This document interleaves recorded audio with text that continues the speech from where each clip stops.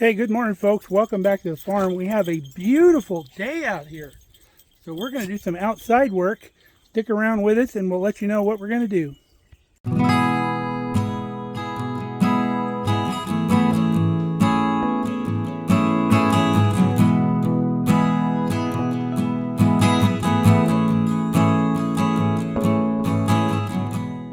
So if you recall a couple videos ago, we picked up this trailer at the auction we went to last weekend, and we have some issues with the wiring that we want to address. So we're going to cover some 12-volt wiring with you.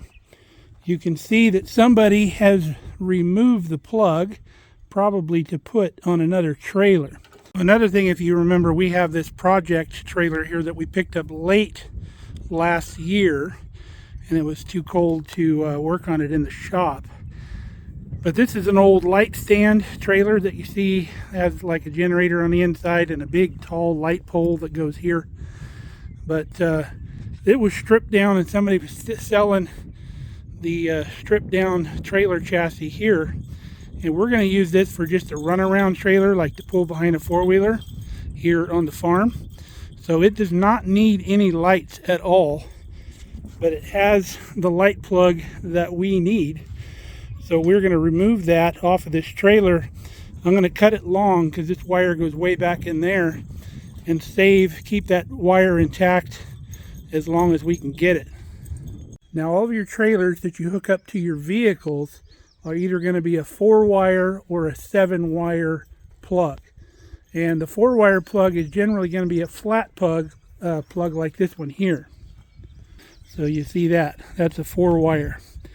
And you see there's 4 poles on this plug, but you'll also notice that there's 5 wires going into the plug, and we'll tell you why. So your 4-wire system consists of 4 colors. There's a green for right turn, yellow for left turn, and brakes are combined with the turn signals on a 4-wire system. You have white for ground, and you either have a black or a brown for your marker lights or your tail lights. Most of the time it's going to be brown. As you can see, this plug has 2 brown wires, and the reason being is it makes it convenient when you're wiring your trailer. Both of these brown wires will go to this same plug here on the end, but they'll both get power from the same place, and I'll tell you why. When you wire a trailer, generally you'll come down to the trailer and then you'll split. It's because you have marker lights on both sides that tie into that harness along the way. So that brown wire will tie into this light, these 2 marker lights here, this marker light there, and all the marker lights in the center cluster in the back. So if you split the harness, it makes it much easier. You don't have to tie 2 wires in for the marker lights because it already gives you 2 wires. So on the end down here, you'll see how the green and the brown are together here, and then you have a yellow and brown together here, and then your ground wire, which is the white. Now, one thing we do need to clear up for you on the color coding of wires, the pigtails that come on these lights are not necessarily going to coincide with the colors on your wire harness system. Generally, like these pigtails here, the sealed beams will have a white, a black, and a red. The white is your ground, the black is your tail lights, the red is your brighter turn and stop lamp. These lights here are the same way. 2 power wires. There's 1 for tail, 1 for turn and brake, and 1 ground for the tail light and the marker light on the side, because this is a combo light. So there'll be 3 wires going to that light as well. I know it sounds confusing, but it's really not. This side, the red wire, you would hook to the green wire on your harness. On this side, you would hook it to the red wire to your yellow wire on your harness. And then the black wire, you would hook to the brown wire on your harness because that's for your tail lights. And then white goes to white. Not that big a deal. So now that you know what the colors of the wire is for, we'll explain the ground. Now this trailer, with the steel beam lights that it has, lights that they sit inside of a rubber kind of grommet type cup thing and push in there, they are not grounded to the trailer because those lights aren't actually fastened to the trailer, and I'll show you some over here that are. Take these tail lights, for instance, here on our little utility trailer. Because they're bolted through the metal here on the trailer, they ground through the metal on the trailer itself. There's a connection on the inside of this light that connects this light to one of these bolts, the ground for the light. You can see my ground here on this trailer where the harness comes back and meets the tongue.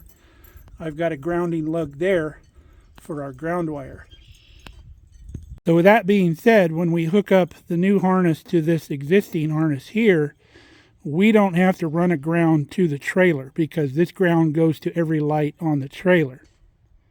Now, if you've ever seen trailers going down the road and like at night when the lights are on and the lights are flickering on the trailer, that's because they don't have a good ground going from the truck through the plug to the trailer.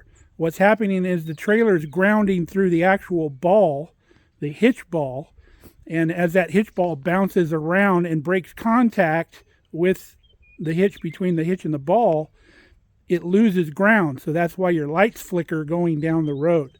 That's why you have to have a positive ground from your truck to your trailer. The ground wire is already in the plug on your truck, so you don't have to worry about running a new one. It already comes through that plug.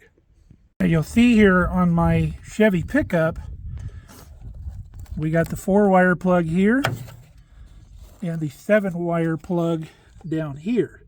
It's going to be a round plug. They used to make a lot smaller plug, but they've gone standard to this now. Used to be a little round metal plug about that big. Now on here it tells you what every pole is, so you don't have to guess, but generally it's marked on the plug as well. But some manufacturers do different color codes, so you always want to check your manufacturer's layout and wire your trailers accordingly. And this also gives for the 4-wire here. Now back in the day, farmers just wired their trailers just to work. They really didn't care about the pattern or anything like that. They just made sure when they wired the plug into their truck, that the plug on the trailer matched their plug. The problem with that is if somebody else needs to use your trailer, it's not going to be wired correctly. They're going to start blowing fuses and all kinds of weird stuff because wires, ground wires, power wires, and all that aren't going to be going to the right places, and they're going to short out. So it's good to wire your trailers standard to whatever they need to be. Now your next question might be, what is the difference between a 7-wire and a 4-wire? Why do you need 7 wires on a trailer? Well, the reason for that is when you have your bigger trailers like travel trailers and stuff like that, or heavier flatbed utility trailers, you're going to need more wires. One of them is going to be for the brakes on the trailer. One of them will be a 12-volt hot, which is used to charge things on the trailer. And then one will be for backup lights. So those are your 3 extra wires that you would have. Usually the colors vary. Sometimes most of the time your 12-volt hot is going to be red. Your trailer brakes are generally blue. Your backup wire can be many number of things. The easiest way to check is, if it's not marked on your truck, get you a light tester, turn on your backup lights on the vehicle, and then probe your plug to figure out which one it is. But most of the time it's either on your plug, on the back of the plug where you go to wire it, or the diagram will be on the vehicle like it is on mine. Now the colors and the diagrams and the plugs and all that we've shared with you so far on this stuff, there's a deviation. Stuff we've shown you so far is for your domestic made vehicles like Dodge, Chevrolet, Ford, and all that. When you get into vehicles made overseas, their circuits can be a little bit different. They're going to split the turn signal and the brake lights up. So for their system, you'll have 1 wire for the brake lights because they need to come on at the same time.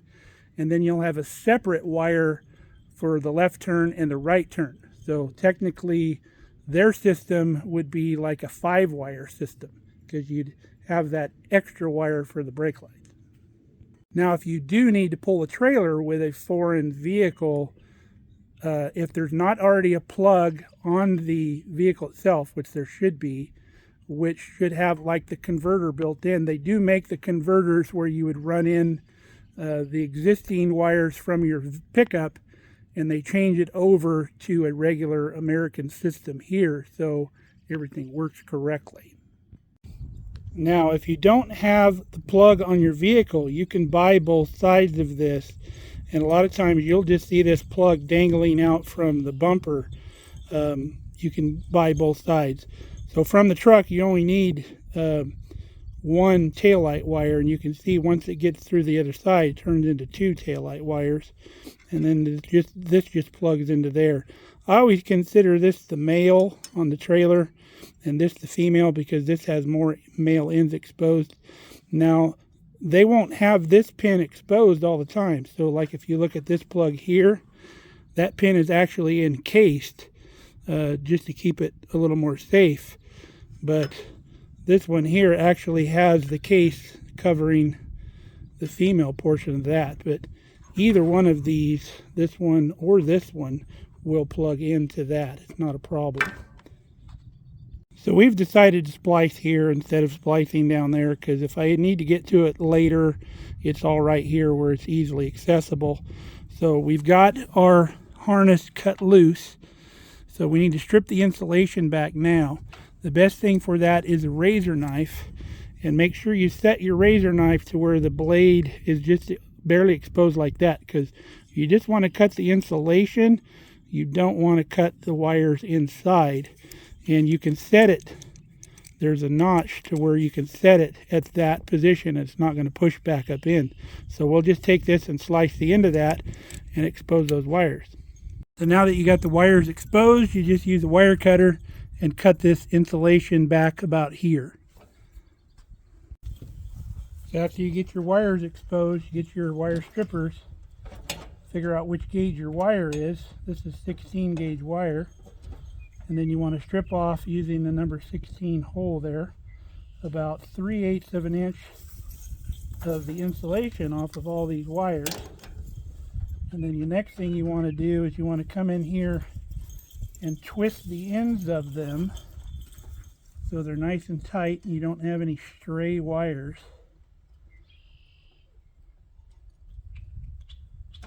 And then we're ready to start splicing using our butt connectors, because we'll be butting the wires together. Now my 12-volt wiring kit I've put together so I can carry it around with me portable. I just got one of these like plastic ammo cans from like Harbor Freight. So I got all my tools there. I got cutters, strippers, razor knife, battery terminal cleaners. I got wire testers. I've got all my terminals, some heat shrink wrap, extra wire, wire loom. I've got some terminals that I commonly use to refill my boxes when they get dry. So we're going to start getting these things spliced together. We'll be using the blue butt connectors over here. Those are 14 to 16 gauge wire connectors. The red ones are for smaller. The yellow ones are for 10 to 12 gauge wire. And then these connectors here actually tie a wire into an existing wire that's already there. You don't have to cut it. It just got a little thing that you crimp and it connects to an existing wire. So let's get these going. Now the strippers I have crimpers down here on the bottom that you can use to crimp wires right there. But I like a crimper that's out on the end. It's easier to use. So I buy special crimpers. They not only crimp, but they actually cut.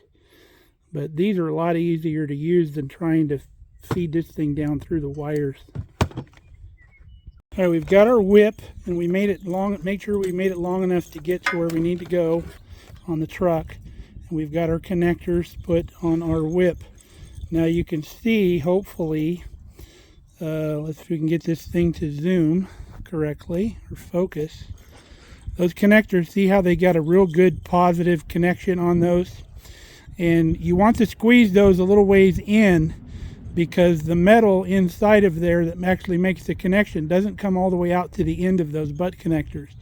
So you want to go in about a third of the way before you crimp it. See if we can get that to focus, darn it. But you can see you got a real good positive crimp because of the type of crimper we use. Has that little jaw in there. You can see that gives it a real nice crimp. If you can look at the area behind that crimper, that's the normal size or style of crimper that just squeezes them together, this portion right here, and they don't hold as well. And then after you get those butt connectors on, you want to pull on them really hard with your hands to make sure that they don't come off. You have a real good positive connection. Before you connect to your harness down here on the trailer, make sure you put your shrink wrap tubing on each wire, because you won't be able to slip it on later. Now normally for this size wire you would use the blue, but the red shrink wrap actually fit over the top of these blue connectors, so they're going to work fine and they'll make a real nice tight fit when we shrink it. So now we're going to crimp to our harness right down here. Now when I crimp something, I like to put the connector inside the crimper to start with, like that, making sure I'm down on the metal portion, and then it's just color to color. We got a white wire going to our white wire. Make sure the wire is all the way in where it needs to be. Then we'll do our green wire here. Find our green wire on the harness.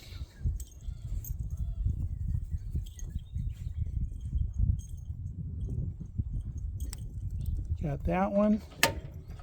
And we're going to do our brown wire.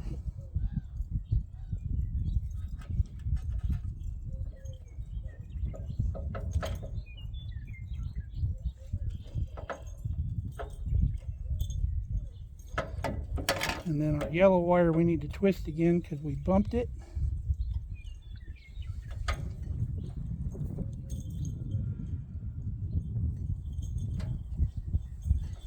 Alright, and we'll get our yellow connected.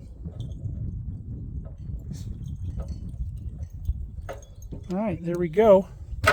So let's go get the heat gun and we can heat shrink all these babies. I'll get the first one pulled into place here. We'll do the yellow because it's on top. We'll keep the rest back here so it doesn't get hit by the heat gun. And you just flip those over. Make sure your connector's halfway in the middle, like that, and we'll hit it.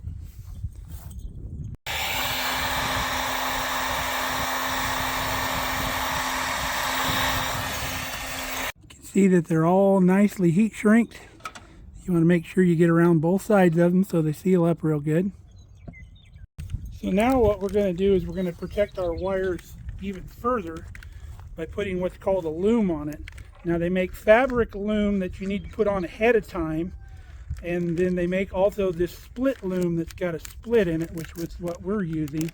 You just put the wires in it like that. We'll run it into that tube a little bit there, and then you just keep poking it in all the way down, making sure it goes all the way in there. Now that we've got the trailer plug fixed, let's go down the length of the trailer and address some of those issues. Alright, we took off the remnants of the old fender, and do yourself a favor, you'll save time. If you're going to deal with any bolts that are on something that have been on the road, go get your cutoff wheel and just cut them off, because it's not going to be worth your time trying to bust those nuts off because they're all rusted shut. So anyway, we got those gone. So you see we have two sets of wire here. They're both brown and white. So what this leads me to believe is the circuit actually ran through this light. So if we don't connect these wires together, it's going to end here and not get back to the back of the trailer. So we're going to connect the brown to the brown and the white to the white, and we'll do the same thing over here. Now there's an extra set of wires here because they had a license plate light here as well. So we're not going to worry about that right now.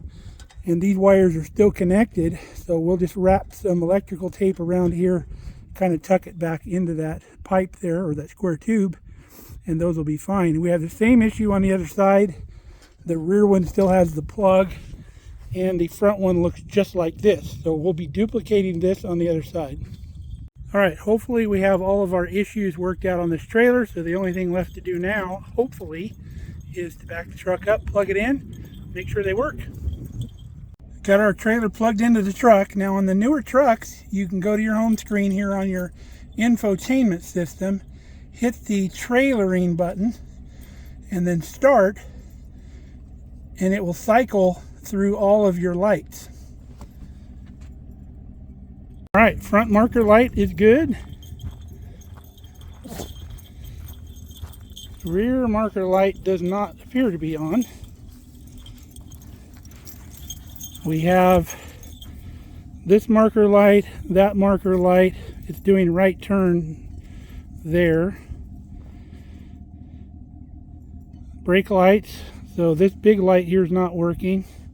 Our cluster light is not working, but the marker lights are. So 9 times out of 10, it's just the plug on these gets corroded. You got to unplug it and plug it back in. So we'll do that, but let's continue on around. This marker light is on, and this marker light is on. So not bad. We only have 2 lights that we need to check, and that's our brake and turn light here, cluster lights, and our side marker over here. So I'm going to get underneath, check those plugs, plug them in and out a couple times, and see if that does it. All right, this light here was just unplugged. Doing brake lights now. Left turn, right turn. This marker light over here was just unplugged. That was easy to get to. However, these ones in the back have a cover where you can't get to it, and it's all screwed in, so you can't get it off. The 3 marker lights right here aren't gonna work. I've plugged them all in. You can see where somebody high centered on the trailer and bent the rear support here. Well, it's allowed dirt and water and everything else to get down into that channel, and those are so corroded that they're not going to work. So we're going to have to cut that channel out sooner or later underneath there, so all that debris can fall out, and then we'll just put points where we can tie the wires instead of having that all enclosed like that. But we can fix this rear thing just with a nice sledgehammer one of these days once we get it fixed. But we are street legal. We have everything but these center cluster here, and you don't have to have those to be street legal. So we're doing good. We'll get this buttoned up, and then we're done. All right, folks, that's the end of our trailer wiring video. I hope you learned something. It's not that hard. Don't send your trailer to the shop for expensive repairs if it's something simple like this that you can handle on your own. So until next time, stay safe, stay healthy. We love you guys. If I confused you at all, ask the questions in the comments, and we'll straighten it out for you. So catch you later.